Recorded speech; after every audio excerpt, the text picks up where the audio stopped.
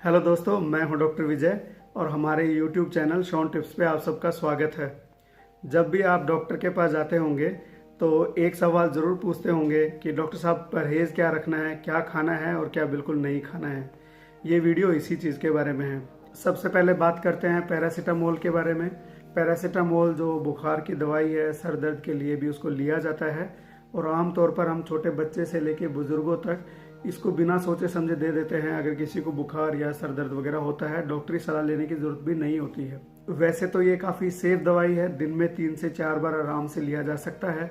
लेकिन अगर आप साथ में शराब का सेवन करते हैं, अल्कोहल लेते हैं, तो अल्कोहल को हमारे शरीर से निस्तारण करने के लिए लीवर का बहुत बड़ा रोल होता है और पैरासीटामोल का भी लीवर पे प्रभाव पड़ सकता है ज़्यादा डोज में लेने से। तो जब इन दोनों का कॉम्बिनेशन हो जाता है तो लीवर पे प्रभाव पड़ सकता है। तो इसलिए अगर आपने पैरासीटामोल की गोली खाई है तो कम से कम 12 घंटे तक आपको शराब बिल्कुल नहीं पीना चाहिए। या आप इसको उल्टे तरीके से भी कह सकते हैं, अगर आपने शराब पी है तो पैरासीटामोल की दवाई जो है वो आपको अवॉइड करनी चाहिए।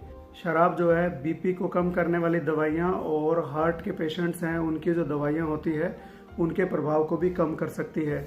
सेडेटिव्स, जो लोगों को नींद आने की प्रॉब्लम होती है, जिनको नींद की दवाई दे रखी है डॉक्टर ने, या बहुत घबराहट होती है, एंजाइटी होती है, उनके अंदर भी अगर कोई शराब पीता है तो शराब की वजह से जो हमारा सेंट्रल नर्वस सिस्टम होता है वो थोड़ा सा डिप्रेस हो जाता है।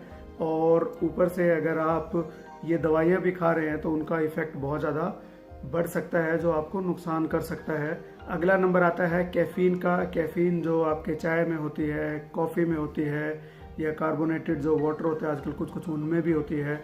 डार्क चॉकलेट्स आती है, उनके अंदर भी कैफ़ीन की अमाउंट होती है। तो अगर उनको आप ब्रोंकोडायलेटर्स के साथ लेते हैं, जो कि दमे के पेशेंट्स लेते हैं, उनको अगर उनके साथ में अगर आप ज़्यादा कैफ़ीन का इस्तेमाल करते हैं तो कैफ़ीन जो होती है वो स्टिमुलेंट का काम करती है और उसकी वजह से ब्रोंकोडायलेटर्स के साथ मिलके कई बार हार्ट बीट भी बढ़ सकती है। तो अगर आप ब्रोंकोडायलेटर्स ले रहे हैं तो चाय कॉफ़ी इसकी अमाउंट को आप कम कर दीजिए या फिर इनके लेने का जो है समय बदल दीजिए, कुछ गैप पी लीजिए ताकि आप जो है आप दोनों चीज़ों का फ़ायदा ले सकें। इसके साथ साथ अगर कैफ़ीन के साथ में, जैसे कि चाय वगैरह के साथ में आप आयरन की टैबलेट ले रहे हैं तो कैफ़ीन जो होता है वो हमारे शरीर के अंदर आयरन को अवशोषण नहीं होने देता। ताकि इससे क्या होगा कि जो आपने आयरन की टैबलेट ली है वो लेना ना लेना बराबर होगा, क्योंकि शरीर तो आयरन पूरा ले ही नहीं पाएगा। आपको लगेगा कि मैं तो आयरन ले रहा हूँ या ले रही हूँ, लेकिन उसका असर नहीं हो रहा है। तो ये कॉम्बिनेशन जो है वो सही नहीं है। ग्रेप फ्रूट्स यानी कि खट्टे फ्रूट्स, सिट्रस फ्रूट्स, वो हमारी जो आंतड़ियाँ हैं जिस तरह से दवाइयों को अपने अंदर लेके जाती है उस प्रोसेस को थोड़ा चेंज कर सकती है।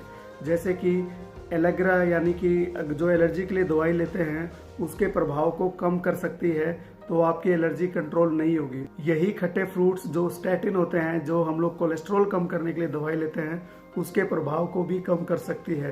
तो आपको लगेगा कि मैं स्टैटिन्स और कोलेस्ट्रॉल कम करने की दवाई बहुत सही से लेता हूँ, लेकिन उसका अच्छा प्रभाव नहीं हो रहा है। हो सकता है कि आपने किसी और से जाना हो कि फ्रूट्स खाने चाहिए और आप ऐसे फ्रूट्स खा रहे हैं जो आपके कोलेस्ट्रॉल कम करने की दवाई के प्रभाव को भी कम कर रही हो। अगला नंबर आता है मिल्क का। दूध किसको अच्छा नहीं लगता? अगर नहीं अच्छा लगता तो घर वाले पीछे पड़ जाते हैं कि दूध पीना ही पीना है। लेकिन दूध की जो एंटीबायोटिक्स के साथ में ज़्यादा खासा दोस्ती नहीं है। ये दूध नहीं होता, दूध के अंदर जो मिनरल्स होते हैं, कैल्शियम और मैग्नीशियम, फॉस्फोरस, इनकी वजह से जो है हमारी एंटीबायोटिक्स अगर हम किसी इन्फेक्शन की वजह से ले रहे हैं तो उसके प्रभाव को वो कम कर सकती है। तो अगर आप किसी भी तरह की एंटीबायोटिक ले रहे हैं तो अपने दूध को जो है थोड़े टाइम के लिए अवॉइड करना चाहिए, क्योंकि कोर्स बहुत लंबा चौड़ा नहीं है। और अगर आप किसी तरह की ऐसी लंबी बीमारी से ग्रसित है, जैसे कि टीबी के जो मरीज होते हैं, तो उस सिचुएशन में अपने डॉक्टर से बात कीजिए कि मुझे किस टाइम लेना चाहिए, किस टाइम नहीं लेना चाहिए। मिल्क के साथ में आयरन का भी कोई ज़्यादा अच्छा याराना नहीं है। आयरन भी कम ऑब्जॉर्व होता है अगर मिल्क के साथ लिया जाए, क्योंकि मिल्क के अंदर जो कैल्शियम, फॉस्फेट और केजिन जो प्रोटीन होता है ये आयरन को जकड़ के बैठ जाता है और आयरन को अच्छे से ऑब्जॉर्व नहीं होने देता। तो जब अगर आप आयरन ले रहे हो तो इन दोनों के बीच का जो समय है इनको अलग अलग समय पे लीजिए तो आपको अच्छा असर होगा।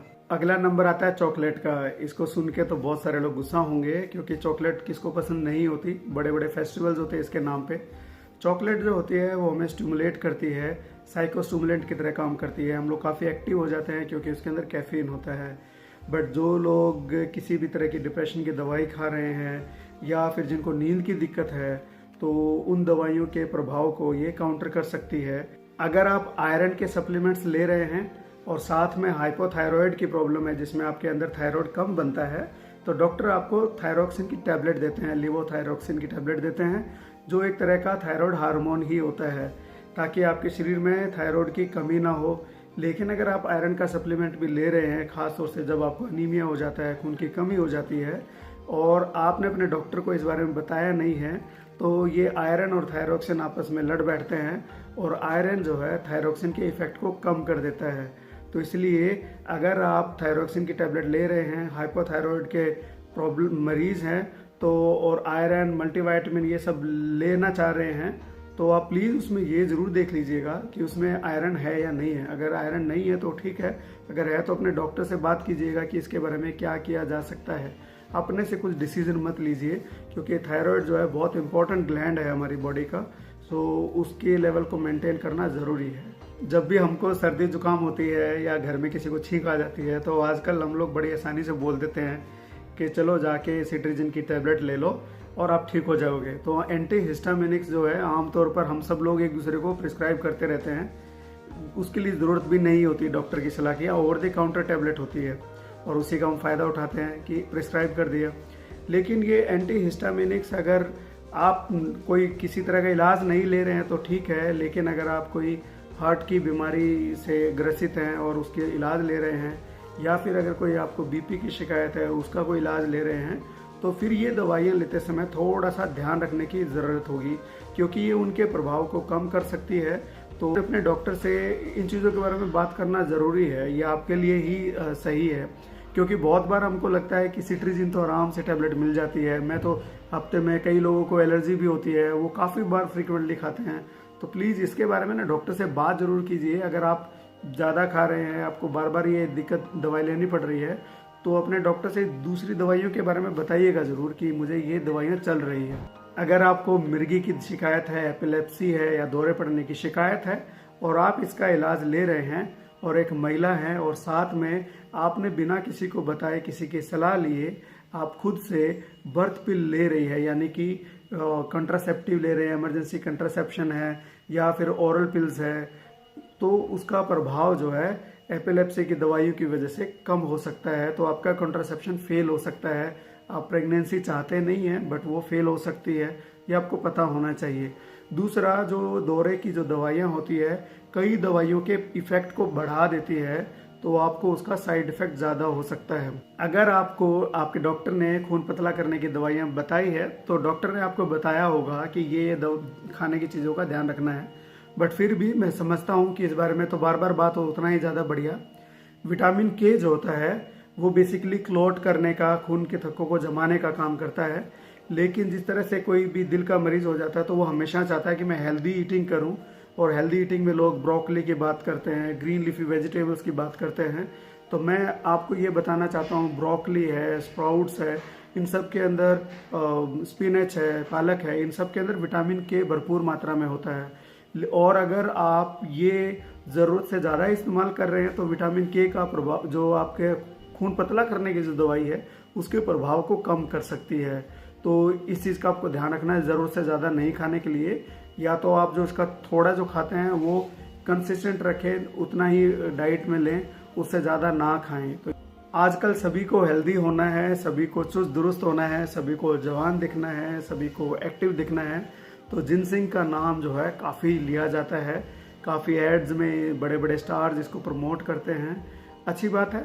तो अगर आप जिनसिंग ले रहे हैं तो इसका एस्प्रिन, आइबुप्रोफेन या जो दवाइयाँ खून पतला करने वाली है उन पे काफ़ी प्रभाव पड़ सकता है, उनके इफ़ेक्ट को ये बढ़ा सकती है। और इसके साथ साथ अगर आप डिप्रेशन के मरीज़ हैं और आप डिप्रेशन की दवाइयाँ खा रहे हैं, ख़ासतौर से MAO इनिबिटर्स खा रहे हैं, तो उसके इफ़ेक्ट को भी ये ऑल्टर कर सकती है।